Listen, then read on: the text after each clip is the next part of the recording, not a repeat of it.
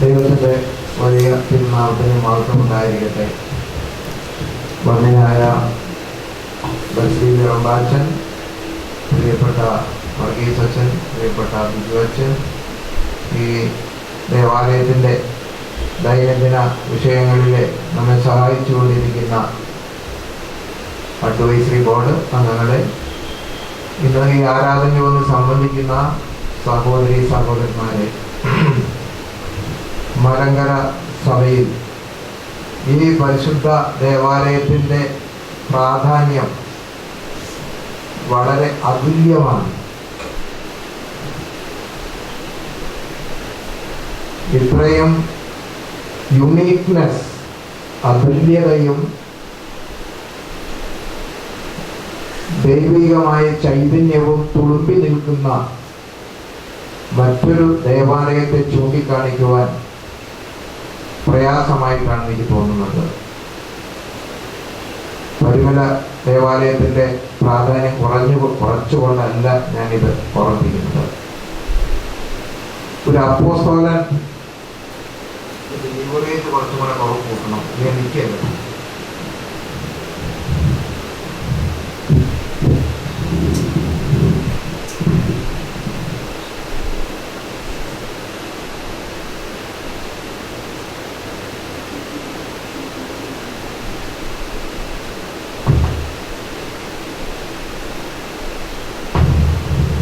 ഈ പരിശുദ്ധ ദേവാലയത്തിൻ്റെ പ്രത്യേകത ഞാൻ പറയാതെ നിങ്ങൾക്കറിയാം. ഒരു അപ്പോസ്തലന്റെ കാൽപാദങ്ങൾ സ്പർശിക്കപ്പെട്ടിട്ടുള്ള മൺതരികളാണ് ഈ ദേവാലയത്തിലും ഈ ദേവാലയത്തിന് ചുറ്റും ഉള്ളതെന്നുള്ളത് വളരെ പ്രാധാന്യമുണ്ട്. ഇത് ഒരു ആധുനിക ലോകത്തിൻ്റെ മനോഹരമായ ദേവാലയം എന്ന് നമുക്ക് പറയാൻ കഴിയുകയില്ലെങ്കിലും ഇത്രയും മനോഹരമായ മറ്റൊരു ദേവാലയം ഉള്ളതായിട്ട് എനിക്ക് തോന്നിയിട്ടില്ല. ആധുനികതയുടെ മനോഹാരിതയല്ല ദേവാലയത്തിൻ്റെ പ്രൗഢി എന്ന് പറയുന്നത്. ദൈവ ചൈതന്യത്തിൻ്റെ ആവിഷ്കാരവും അനുഭവവേദ്യമായ ദൈവികമായ അനുഭവങ്ങളുമാണ്. അതുകൊണ്ട് ഒരു അപ്പോസ്തലന്റെ പാദസ്പർശം ഏറ്റിട്ടുള്ള മൺതരികൾക്ക് വളരെ പ്രാധാന്യമുണ്ട്. ഈ ദേവാലയത്തിൽ കടന്നു വരികയും പ്രാർത്ഥിക്കുകയും നേർച്ചയിടുകയും ഈ ദേവാലയത്തിൻ്റെ വികസനത്തിന് വേണ്ടി പ്രവർത്തിക്കുകയും ഇതിനു വേണ്ടി നാം അധ്വാനിക്കുകയും ധനം നൽകുകയും ഒക്കെ ചെയ്യുന്ന ഓരോരുത്തരും ദൈവസന്നിധിയിൽ ഏറെ ശ്രദ്ധിക്കപ്പെടുന്നവരും വിലപ്പെട്ടവരുമാണെന്ന് ഞാൻ വിശ്വസിക്കുകയാണ്. അതുകൊണ്ട് തന്നെ ദൈവ സാന്നിധ്യം ധാരാളം ഇവിടെ അനുഭവപ്പെടുന്നു. ഒരു ദൈവിക ചൈതന്യത്തിന്റെ കൂടാരമാണിത്. ഇതിന്റെ മനോഹാരിത പ്രൗഢിയിലോ ആധുനികതയിലോ അല്ല, ഒരു ദൈവികതയിലാണ്. അതുകൊണ്ട് തന്നെ ഈ ദേവാലയം വളരെ അതുല്യമാണ്, വളരെ പ്രാധാന്യമുള്ളതാണ്. ഇത് ഈ പ്രിയപ്പെട്ട തോമസ് റമ്പാച്ചന്റെ കാലത്ത് ഒരുപാട് വികസിച്ചിട്ടുണ്ട് എന്നുള്ളത് വസ്തുതയാണ്. ഇതിനോട് ബന്ധപ്പെട്ട അനേകരുടെ സഹായവും സഹകരണവും ബുദ്ധിയും സ്വാധീനവും ഒക്കെ ലഭിച്ചിട്ടുണ്ട്. അതൊക്കെ ദൈവസന്നിധിയിൽ എണ്ണപ്പെട്ടിരിക്കുന്നു എന്നുള്ളത് നിങ്ങൾ ഓർക്കുക. അതുതന്നെയാണ് അതിൻ്റെ പ്രതിഫലം എന്ന് പറയുന്നത്. ഇന്ന് ഇവിടെ ഒരു ഹോൾ എന്ന് നമുക്ക് പറയാമെങ്കിലും ഒരു ചെറിയ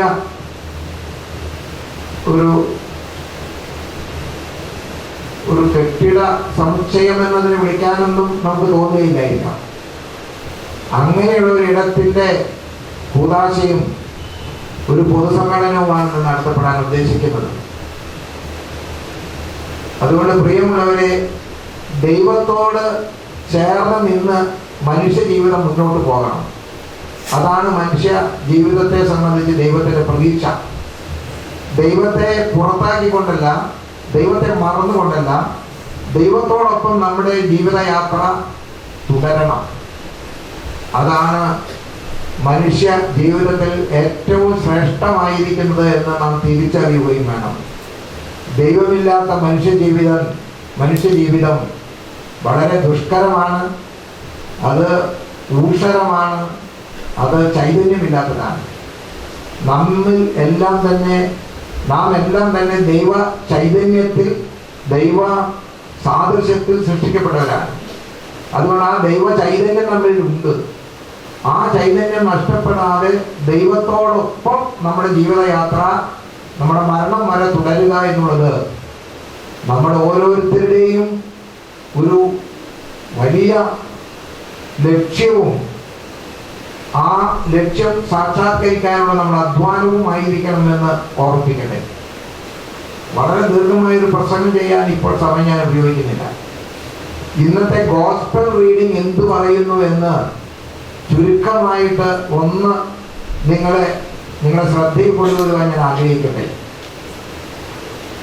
വിശുദ്ധ മത്തായിയുടെ സുവിശേഷം 16-ാം അധ്യായം 5 മുതൽ 12 വരെയുള്ള 7 വാക്യങ്ങളാണ് ഇന്ന് ഗോസ്പൽ റീഡിംഗ് ഇവിടെ ആയിട്ട് വായിച്ച് കേട്ടത്. അതിലെ ഒരു കീ വേഴ്സും ഉണ്ട്. ആ കീ വേഴ്സ് എന്ന് പറയുന്നത് ആനുകാലികമായും വിശ്വാസപരമായും വേദശാസ്ത്രപരമായും ആഴവും പരപ്പുമുള്ള ഒരു കീ വേഴ്സാണ്. ഏതാണ്ട് ഇങ്ങനെ പറയാം: തമ്പുരാൻ പാവം വലിയ ബുദ്ധിയൊന്നുമില്ലാത്ത, ലോകജ്ഞാനമില്ലാത്ത തൻ്റെ പ്രിയപ്പെട്ട ശിഷ്യന്മാരോട് പറഞ്ഞു, മക്കളെ, പരീശന്മാരുടെയും സാദൂക്യരുടെയും പുളിച്ച മാവ് നിങ്ങൾ സൂക്ഷിച്ചു കൊള്ളണം. ഇവർക്കതിൻ്റെ അർത്ഥവും പിടികിട്ടിയില്ല. ഇവരാകെ വിളറിപ്പോയി. കാരണം അവരെ ഭക്ഷിക്കുന്നതിനൊന്നും കരുതിയിരുന്നില്ല. അതുകൊണ്ടായിരിക്കും തമ്പുരാൻ ഇങ്ങനെ വിളിച്ചു കൂടിയത് എന്നാണ് അവർ വിചാരിച്ചത്. പക്ഷെ ആയിരുന്നില്ല അദ്ദേഹം ഉദ്ദേശിച്ചത് എന്ന് പിന്നീട് നമുക്ക് മനസ്സിലാകുന്നുണ്ട്. ഈ പുളിച്ച മാവ് എന്നൊരു പ്രയോഗമുണ്ട്, പുളിപ്പ് എന്ന പ്രയോഗമുണ്ട്. അമ്മമാർക്കറിയാം. ഈസ്റ്റ് എന്നൊരു പദം നമുക്കറിയാം.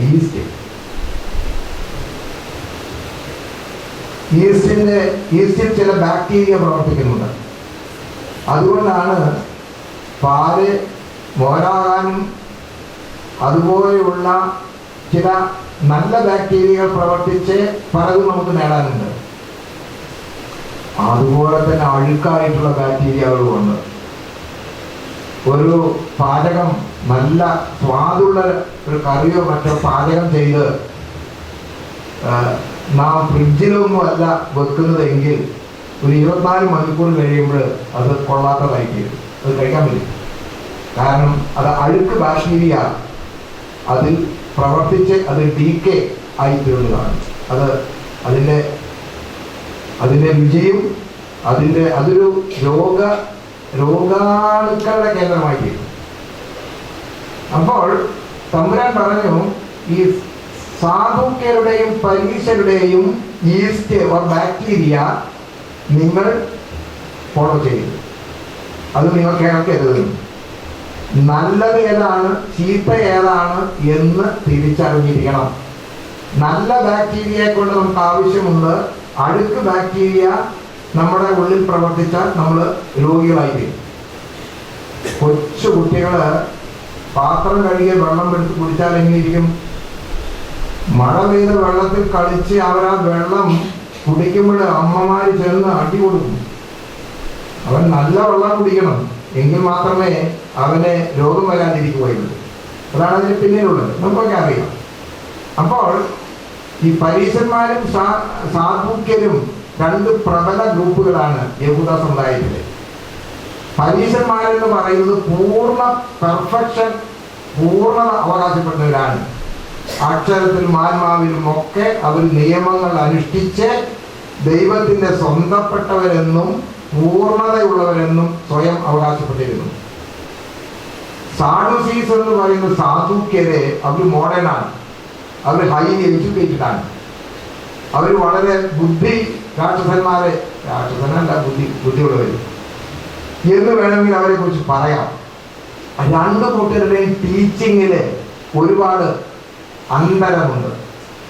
പരീശന്മാർ പൂർണ്ണത അവകാശപ്പെടുന്നവരെ, സദൂക്യരെ കർത്താവിൻ്റെ പുനരുത്ഥാനത്തിൽ വിശ്വസിക്കാൻ കഴിവില്ലാത്തവരാണ്.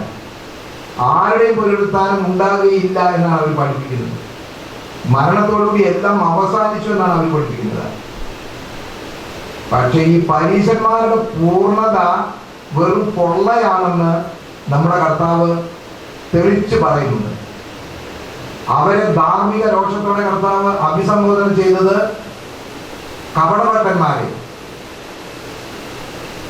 വെള്ള തേച്ച ശവക്കല്ലറകളെ, സർപ്പങ്ങളുടെ മക്കളെ, എന്തെല്ലാം വാക്കുകളാണ് ഉപയോഗിക്കുന്നത്, സർപ്പസന്തതികളെ. കാരണം അവര് നിയമങ്ങൾ തെറ്റായി വ്യാഖ്യാനിച്ച് മനുഷ്യരെ വഞ്ചിക്കുകയും ചതിക്കുകയും ചെയ്യുകയാണ്. 10 കൽപ്പനകൾ പൂർണ്ണമായി അനുസരിക്കുന്നവരാണ് എന്നവർ അവകാശപ്പെടുമ്പോൾ, മാതാപിതാക്കളെ സംരക്ഷിക്കണമെന്നത് കൃത്യമായി പറയുമ്പോൾ, ഈ വിദ്വാൻമാർ പറയും, ഞാൻ അപ്പനും അമ്മയ്ക്കും വേണ്ടി ചെലവാക്കാൻ ഉദ്ദേശിച്ചിരുന്ന പൈസ പള്ളിയിൽ പോയി നേർച്ചയിട്ടു, അതുകൊണ്ട് ഇനി എൻ്റെ പൈസ ഇല്ല. അപ്പനും അമ്മയും എവിടെ കൂടി പോകും? അവരുടെ വ്യാഖ്യാനം എങ്ങനെയാ പോകും? ശാബത ദിവസം ഒരു സാധു മനുഷ്യനെ സൗഖ്യം കൊടുത്തപ്പോൾ സൗഖ്യം കിട്ടിയവന്റെ നന്മയെക്കുറിച്ചോ സുഖത്തെക്കുറിച്ചല്ല പരീശന്മാർ പരാതിപ്പെട്ടത്. നീ ചെയ്തത് ചൂട് നേരത്തല്ല, നീ ചെയ്തത് പ്രൊസീജറൽ എററാണ്, ശാബത ദിവസത്തൊന്നും ചെയ്യാൻ പാടില്ല. നന്മയ്ക്ക് അവിടെ പ്രസക്തിയില്ല, മറിച്ച് നിയമങ്ങൾ അക്ഷരങ്ങളിലൂടെ വ്യാഖ്യാനിച്ച് അവർക്ക് തോന്നുന്നത് ചെയ്യുകയാണ്. ഈ പരീശന്മാര് ലോ അബൈഡിങ് പീപ്പിളാണ്, നിയമം അനുസരിക്കുന്നവരാണ്. അവർക്ക് ഒരു നിശ്ചിത അളവ് മാത്രമേ, ദൂരം മാത്രമേ ശനിയാഴ്ച ദിവസം നടക്കാൻ പറ്റുള്ളൂ. ഈ വിദ്വാന്മാർ എന്ത് ചെയ്യുന്നറിയാവോ? ഓരോ ചെരുപ്പ് അതിന് അറ്റത്ത് കൊണ്ടുള്ളൂ.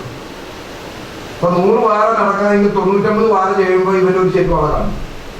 ഇവിടെ അത്തറ്റം വരെ നടക്കും. ആ ചെരുപ്പ് നിന്ന് വേറെ ഏറെ 100 വാര അപ്പുറത്ത് ഒരു ചെരുപ്പ് ഇട്ട് അതിന്റെ മുകളിൽ നടക്കും. ഞാൻ പറഞ്ഞത്, നിയമങ്ങൾ കൂട്ടി മാറ്റി തന്നിഷ്ടം ചെയ്ത് ദൈവത്തിന്റെ ഉദ്ദേശങ്ങൾ പൂർണ്ണമായി നിരസിക്കുന്ന വിദ്വാന്മാരാണ് പരീശന്മാരിൽ നല്ല വന്നു. കുറെ പേര് കാണുമായിരിക്കാം. ഏതായാലും തമ്പുരാൻ അവരോട് പറഞ്ഞത് അത്ര നല്ല ഭാഷയൊന്നുമല്ല. അതുകൊണ്ട് നിങ്ങൾ ആ വിധത്തിലാകരുത്. അവർ വളരെ ഒരു എക്സ്റ്റേണൽ എക്സ്പോഷർ ഉദ്ദേശിക്കുന്ന ആൾക്കാരാണ്. 4 ആൾ കാണെ പ്രാർത്ഥിക്കുക, 4 ആൾ കാണെ വിളിച്ചു പോയി ദാനം ചെയ്യുക, നല്ല വസ്ത്രങ്ങളൊക്കെ ധരിച്ച് കേവന്മാരാണ്, ബഹുമാനിക്കപ്പെടേണ്ടവരാണെന്ന് അവകാശപ്പെടുക. There are so many things. അതുകൊണ്ട് തന്നെ കർത്താവ് എന്ത് ചെയ്തു? നിയമങ്ങൾക്കെല്ലാം ഒരു ഇന്റർപ്രിട്ടേഷൻ കൊടുത്തു. 10 കൽപ്പനയിൽ പലതിനും കർത്താവ് വേണ്ടി ചെയ്തു, പുനർവ്യാഖ്യാനം ചെയ്തു. ശത്രുക്കളെ സ്നേഹിക്കുക എന്നുള്ളത് നമുക്കറിയാം. കൊലപാതകത്തെ കുറിച്ച് തമ്പുരാൻ എന്ത് പറഞ്ഞു? നീ ഒരു കൊടുവാളെടുത്ത് ഒരുത്തിന്റെ കഴുത്ത് വെട്ടണമെന്നില്ല. എടാ വിഡ്ഢി എന്ന് പറയുന്നത് കൊലപാതകത്തിന് തുല്യമാണെന്ന് തമ്പുരാൻ അത് ഇന്റർപ്രറ്റ് ചെയ്തു. അതുപോലെ തന്നെ മയച്ച സ്വഭാവത്തിന് എല്ലാറ്റിനും അങ്ങനെ പറയുന്നുണ്ട്. അപ്പോൾ പരീശന്മാർ പൂർണ്ണത അവകാശപ്പെടുമ്പോഴും ദൈവത്തിൽ നിന്ന് അവർ വളരെ അകലെയായിരുന്നു. അതുകൊണ്ട് അവരിൽ പ്രവർത്തിക്കുന്ന വിശ്വാസത്തിന്റെ ബാക്ടീരിയ ദൈവത്തിൽ നിന്ന് മനുഷ്യരെ അകറ്റുന്ന ബാക്ടീരിയയാണ്, പുളിപ്പാണ്. സാധുക്യം എന്ന് പറഞ്ഞ വിദ്വാന്മാരെ പറഞ്ഞു, ഉയർപ്പില്ല, എല്ലാം റാഷണലൈസേഷനാണ്, എല്ലാം ന്യായീകരണമാണ്, എല്ലാം സയന്റിഫിക്കാണ്, എല്ലാം മോഡേണൈസ് ചെയ്യുകയാണ്. അവിടെയും ദൈവ സാന്നിധ്യം കർത്താവ് കണ്ടില്ല. ഇത് നമ്മുടെ പാവപ്പെട്ട ശിഷ്യന്മാരെ ബോധ്യപ്പെടുത്താനാണ് പറഞ്ഞത്. പരീശന്മാരുടെയും സാധുക്യരുടെയും പുളിമാവ് yeast or bacteria, you be careful എന്ന് പറഞ്ഞത് അത് തന്നെയാണ്. ഇന്ന് ക്രിസ്തീയ സഭയിൽ നേരിട്ട് കൊണ്ടിരിക്കുന്ന ഒരു വലിയ അപകടമാണ് കസ്റ്റോഡിയൻ ഓഫ് ഫെയ്ത്ത് എന്ന് പറയുന്നവരെ വഴിതെറ്റിപ്പോകുന്നു എന്നുള്ളത്. അവരത് റീഇൻറ്റർപ്രറ്റ് ചെയ്ത് അവർക്ക് തോന്നുന്നത് പോലെ കോട്ടി മാറ്റി അവരെ മനുഷ്യ ഹൃദയത്തിൽ ദൈവ സാന്നിധ്യത്തിൽ നിന്ന് അവരങ്ങ് വഴുതി പോവുകയാണ്. ഇത് തിരിച്ചറിയണം എന്നുള്ളതാണ് തമ്പുരാൻ പറയുന്നത്. ഇത് നമുക്കും ആപ്ലിക്കബിളാണ്. മനുഷ്യ സ്നേഹം എന്താണ്? മനുഷ്യ സ്നേഹം ഡോക്ടർ പൗലോസ് മാർ ഗ്രിഗോറിയോസ് ചാരിറ്റിയെ കുറിച്ച് പറയുന്ന ഒരു വാചകമുണ്ട്. ചാരിറ്റി എന്ന് പറയുന്നത് സാക്രമെന്റൽ ഹ്യൂമനിസം എന്നാണ് തിരുമേനി ചോദിച്ച വേണ്ടി. സാക്രമെന്റൽ ഹ്യൂമനിസം അല്ലാതെ ആരുടെയും കയ്യിൽ നിന്ന് കുറെ പണം ഏതെങ്കിലും വിധത്തിൽ ചോദിച്ച് വാങ്ങിക്കുകയോ അല്ലെങ്കിൽ കോർണർ ചെയ്ത് വാങ്ങിക്കുകയോ ചെയ്തിട്ട് അത് വലിയ ആഡംബരത്തോടെ മേളയായി ആഘോഷത്തോടെ വിതരണം ചെയ്യുന്നതല്ല ചാരിറ്റി. സ്പിരിച്വൽ സാക്രമെന്റൽ ഹ്യൂമനിസം ഔദാശികമായ ആവിഷ്കാരത്തിലൂടെ മനുഷ്യ സ്നേഹം മറ്റുള്ളവർക്ക് പകർന്നു കൊടുക്കണം. അവിടെയാണ് ചാരിറ്റിയുടെ മഹത്വം. മഹാപണ്ഡിതനായ ഡോക്ടർ പൗലോസ് മാർ ഗ്രിഗോറിയോസ് പറയുന്നത്. വഴി കാട്ടുവാൻ അറിവില്ലാത്തവനെ, വഴിയറിയാത്തവനെ വഴി കാണിക്കുവാൻ സാധ്യമല്ല. അതുകൊണ്ട് കസ്റ്റോഡിയൻ ഓഫ് ഫെയ്ത്ത് എന്ന് പറയുന്നത് മലങ്കര ഓർത്തഡോക്സ് സുറിയാനി സഭയെ സംബന്ധിച്ചിടത്തോളം പുരോഹിത വർഗമാണ്. അവർ കസ്റ്റോഡിയൻസ് ഓഫ് ഫെയ്ത്ത് ആണ്, വിശ്വാസത്തിന്റെ കസ്റ്റോഡിയൻസ് ആണ്. നമുക്കറിയാം, ഒരു ഹൈക്കോടതി judge is a custodian of law. ഒരു മഹാധനവാൻ ഈ കസ്റ്റോഡിയൻ ഓഫ് വെൽത്ത്. ഒരു വലിയ ബുദ്ധിരാക്ഷസൻ is a custodian of knowledge or science or something എന്തി. എനിക്ക് പറയാനുള്ളത്, every priest and every true Christian are custodians of faith. വിശ്വാസത്തിന്റെ സൂക്ഷിപ്പുകാരാണ്, കാവൽക്കാരാണ്. തമ്പുരാൻ പരീക്ഷന്മാരെ കുറിച്ച് പറഞ്ഞത് എന്താണ്? നിങ്ങൾ കുരുടന്മാരാണ്, നിങ്ങൾക്ക് വഴി കാട്ടുവാൻ അറിവില്ലാത്തവരാണ്, നിങ്ങൾ മറ്റുള്ളവരെ കുഴിയിൽ വീഴിക്കുന്നവരാണ് എന്ന് പറയാൻ കാരണം എന്താണ്? അവരുടെ interpretation of the law is deviated from the actual aim.